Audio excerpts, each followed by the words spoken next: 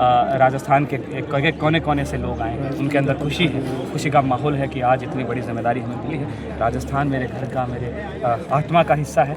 मैं वहाँ जो है हमेशा वहाँ की छात्र छात्राओं की समस्याएं जो है उठाता रहूँगा।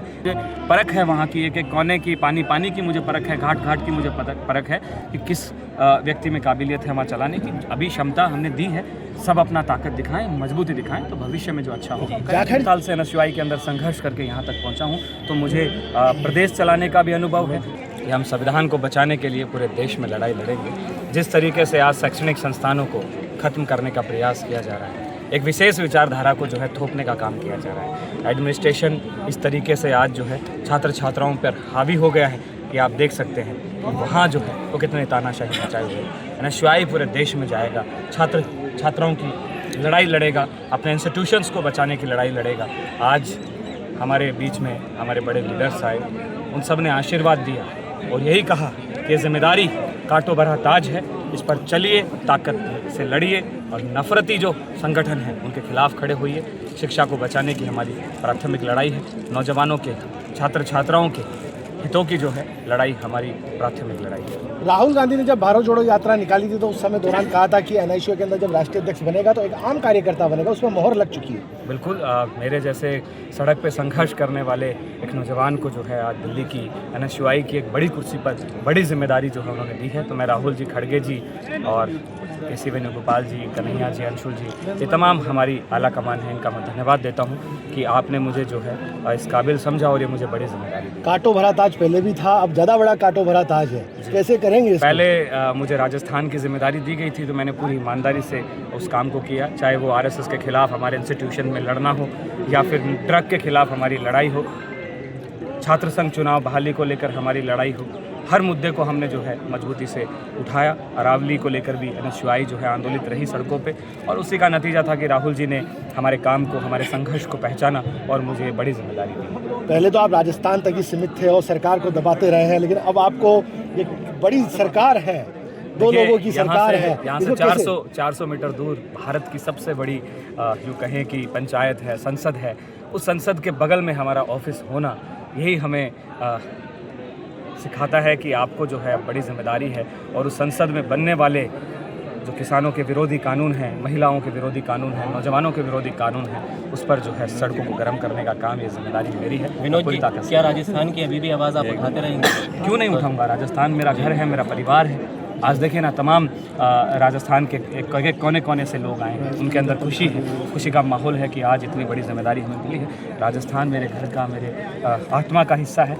मैं वहाँ जो है हमेशा वहाँ की छात्र छात्राओं की समस्याएं जो है उठाता रहूँगा, लेकिन जिम्मेदारी मेरे पास आज केवल राजस्थान की नहीं है, पूरे देश की। अटक कटक, कश्मीर, कन्याकुमारी, पूरे देश में छात्र छात्राओं के ऊपर, हमारे कैंपस के ऊपर जब भी हमला होगा, हम मुखरता से आवाज़ उठाएंगे। संयोग देखिए कि प्रधानमंत्री नरेंद्र मोदी अजमेर में है, राजस्थान में, और आज आप दिल्ली में हैं शपथ। तो संजोग यही है कि हमारा तो आमना सामना पहले भी होता रहा है, अब सीधा मोदी जी से हो गया तो पूरी लड़ाई जो है मोदी जी से लड़ेंगे। सवाल है, आप छात्र राजनीति से निकले, यूनिवर्सिटी की राजनीति से, यही समिट बड़ा इशू है इस समय। गलगोटिया यूनिवर्सिटी का जो मुद्दा है उन्होंने अपना मॉडल बताया, बाद में चीनी मीडिया ने खंडन किया कि ये तो हमारा, फिर भी अश्विनी कुमार ने अपना ट्वीट किया, डिलीट कर दिया। मैं हमारे आईवाईसी के कार्यकर्ताओं, राष्ट्रीय अध्यक्ष उदय भानु जी के ऊपर गर्व करता हूँ कि आपने जो इनका काला चरित्र था वो उजागर करने का काम किया। आज इन्होंने, आप देखिए ना किस तरीके से जो है ये लोग पूरे देश के अंदर, गलगोटिया यूनिवर्सिटी का नाम चला, वो कहते हैं कि हमने ये जो है रोबोट बनाया, वो मैन्युफैक्चर हमारा है,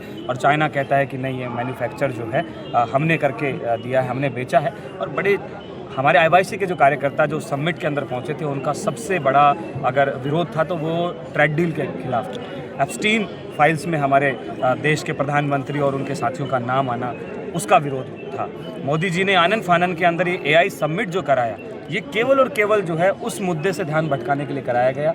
और एआई समिट को पूरे देश ने देखा कि कहाँ हमारे बाहर से लोग आए, वहाँ उनका सामान चोरी हो गया, कहाँ उनकी स्थितियाँ रही, कोई ट्रैफिक में फंस गए, किसी ने भी। और मोदी जी ज़बरदस्ती हाथ ऊपर करवा रहे हैं, तो कह रहे थे कि ये क्या है, बड़ी चीज़ है। विनोद जी, आप अब राष्ट्रीय स्तर पर आ गए हैं, राजस्थान का प्रदेश का पद एनएसयूआई का खाली हो चुका है, किसको मिलने वाली है? देखिए, अभी बहुत सारे साथी हमारे वहाँ मेहनत कर रहे हैं, बहुत संघर्ष कर रहे हैं। अच्छा कोई व्यक्ति हम लोग चुनेंगे और आगे क्या होता है बैठ के अभी हम लोग जो है राहुल गांधी जी और हमारे कन्हैया कुमार जी खड़गे साहब के पास केसी वेणुगोपाल जी के पास फैसला करेंगे कि भविष्य में क्या करना है, किस और राजस्थान जो है और देश के फैसले लेने हैं बिना क्योंकि मैंने आज ही चार्ज लिया है, आज से ही मैं जिम्मेदारी पे उतरा हूँ। तो मेरा पहला यही है कि हम लोग पूरे देश के अंदर छात्र संघ के चुनाव चालू करें और हमारे जैसे देश के बहुत नेता करें। मनोज जी, निर्मल जी का नाम आ रहा है बार बार कि वो भी देखिए आप, मैं ये कहूँगा कहाँ आज नहीं आए वो, उस पर क्या कहना? मुझे नहीं पता आए नहीं आए, मैं मिला नहीं हूँ। मैं यही कहूँगा कि नाम ये सिर्फ आप लोग चलाते हैं, ये सिर्फ मीडिया चलाती है ना। बिना बात का किसी को भी आप नुकसान पहुंचा देते हो, किसी को आगे बढ़ा देते हो। मैं यही कहूँगा जो संघर्ष कर रहा है, विनोद जाखड़ का तो पता नहीं नाम चला नहीं चला, लेकिन बने ना राहुल गांधी जी ने समझा ना हमारी काबिलियत को, मेरे संघर्ष को। मैं ये कहूँगा जो संघर्ष करेगा, जो लड़ेगा, उसको ही हम जो है अध्यक्ष बनाएंगे और उसकी जिम्मेदारी देंगे, क्योंकि यहाँ लड़ने वाला व्यक्ति चाहिए। मैं किसी व्यक्ति या किसी विशेष व्यक्ति के साथ नहीं हूँ। ये राजस्थान का मैं खुद रहा हूँ, तो मुझे परख है वहाँ की, एक एक कोने की, पानी की मुझे परख है, घाट घाट की मुझे परख है कि किस व्यक्ति में काबिलियत है वहाँ चलाने की। अभी क्षमता हमने दी है, सब अपना ताकत दिखाएं, मजबूती दिखाएं, तो भविष्य में जो अच्छा होगा। जाखड़ जी, आप ग्राउंड के नेता हैं, अब रील के नेता को कुछ कहेंगे, नसीहत देंगे, क्योंकि आप एक संघर्षशील नेता हैं। देखिए मैं रील और रियल में इसमें बात नहीं करना चाहूँगा। मैं ये कहूँगा कि सब अपना अपना काम करिए, मेहनत करिए, संघर्ष करिए। आज मैं यहाँ तक पहुँचा हूँ तो मेरी जो शुरुआत थी NSY की, वो एक छोटे से आम कार्यकर्ता, NSY के कार्यकर्ता के रूप में हुई थी। आज मुझे राष्ट्रीय अध्यक्ष जैसा बड़ा पद मिला है, ये आम बात नहीं है। खूब मेहनत करिए, खूब संघर्ष करिए और छात्रों की, नौजवानों की जो लड़ाई है उसको लड़ते जाइए, आपको सब कुछ मिलेगा। ये कांग्रेस पार्टी है, ये राहुल गांधी जी, खड़गे जी की विचारधारा वाली पार्टी है। यहाँ महात्मा गांधी, अंबेडकर, भगत सिंह जैसे लोगों की विरासत पे ये बनी पार्टी है। तो हम यही कहेंगे कि आप संघर्ष करिए। और मैं आप लोगों से भी निवेदन करूंगा कि मैं भी कई बार ट्वीट देखता हूं तो बिना बात कभी इसको आगे रेस में, साइकिल की रेस नहीं है ये, बाइक की रेस नहीं है कि अब वो आगे चला गया, कोई पीछे आ गया।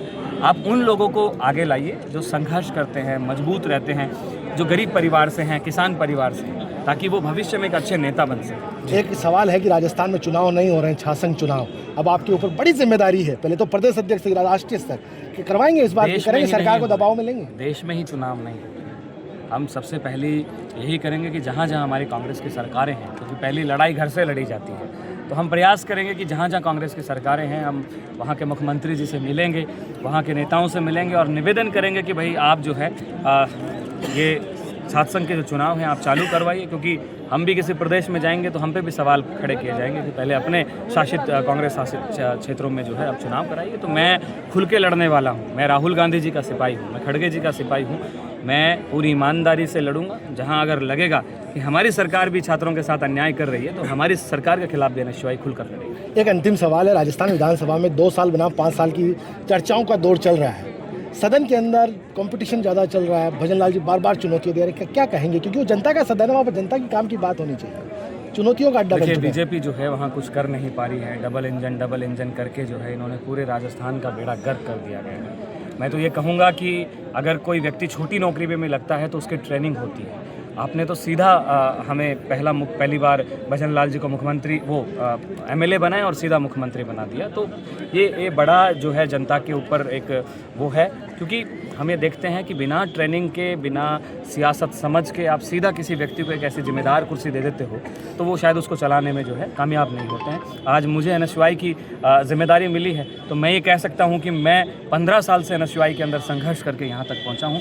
तो मुझे प्रदेश चलाने का भी अनुभव है। मैं NSY में नेशनल सेक्रेटरी रहा, दिल्ली का इंचार्ज रहा, तो मैंने दिल्ली में भी काम किया और आज देश की जिम्मेदारी मिली है। तभी तो हमने इतना ज़बरदस्त कार्यक्रम ऑर्गेनाइज़ किया। आप देखिए ना, हज़ारों की संख्या में पूरे देश से लोग आए। वो क्यों आए? वो इसी कारण आए कि लोग ये चाहते हैं कि हम नए अध्यक्ष के साथ उसकी काबिलियत, उसके संघर्ष को देख के हम जुड़ें और काम करें। आप किसान पुत्र हैं, अमेरिका ट्रेड डील हुई है, अभी किसानों को काफ़ी नुकसान है। किस मजबूरी में ट्रेड डील हुई, मैं ये जानना चाहता हूँ। एप्स्टीन फाइल्स के दबाव में ये जो है ट्रेड डील हुई है, क्योंकि ये बड़ा प्रश्न चिन्ह है। सवाल ये है कि मोदी जी ने ऐसा क्या काम किया है कि वो ट्रंप के सामने घुटने टेक चुके हैं, वो आनन फानन में फैसले लिए जा रहे हैं कि आज जिस तरीके से मोदी जी सरेंडर हुए हैं, ये बड़ा सोचने और विचारने का इस देश के सामने बड़ा सवाल है कि आप किसानों को, छोटे मजदूरों को, व्यापारियों को जो है ऐसे झोंक दिए हैं। हमारे व्यापारी कहाँ जाएंगे? अमेरिका कितना टैरिफ लगा रहा है? अब 0 टैरिफ पे जो है उनका माल यहाँ बेचेगा। हमारा जिस देश को इंदिरा गांधी ने बनाया वो भी अमेरिका पे जो है टैरिफ लगा रहा है। तो आज हम कहाँ ऐसे कमज़ोर हो गए कि आज ट्रंप हमारे फैसले ले रहा है। वो अपने मुंह से कह रहे हैं कि नरेंद्र मोदी का जो है राजनीतिक करियर मेरे हाथों में है, मैं जब चाहे जब तब तबाह कर दूं। तो ऐसा क्या मोदी जी ने किया है? तो बहुत सोचने और समझने की इस देश के सामने। इजराइल में जाके प्रधानमंत्री नरेंद्र मोदी नाचते हैं और इजराइल की पार्लियामेंट में जब प्रधानमंत्री नरेंद्र मोदी बोलते हैं तो अपोजिशन वॉकआउट कर देता है। देखिए, प्रधानमंत्री नाचने कूदने के लिए नहीं होते हैं। प्रधानमंत्री इस देश के मुद्दों की समझ, इस देश को चलाने, इस देश की सियासत को सही रास्ते पे, इस देश के भविष्य को सही रास्ते पे ले जाने के लिए होते हैं। लेकिन प्रधानमंत्री जी पता नहीं क्या क्या करते जा रहे हैं, इस देश के नौजवान सब समझ रहे हैं।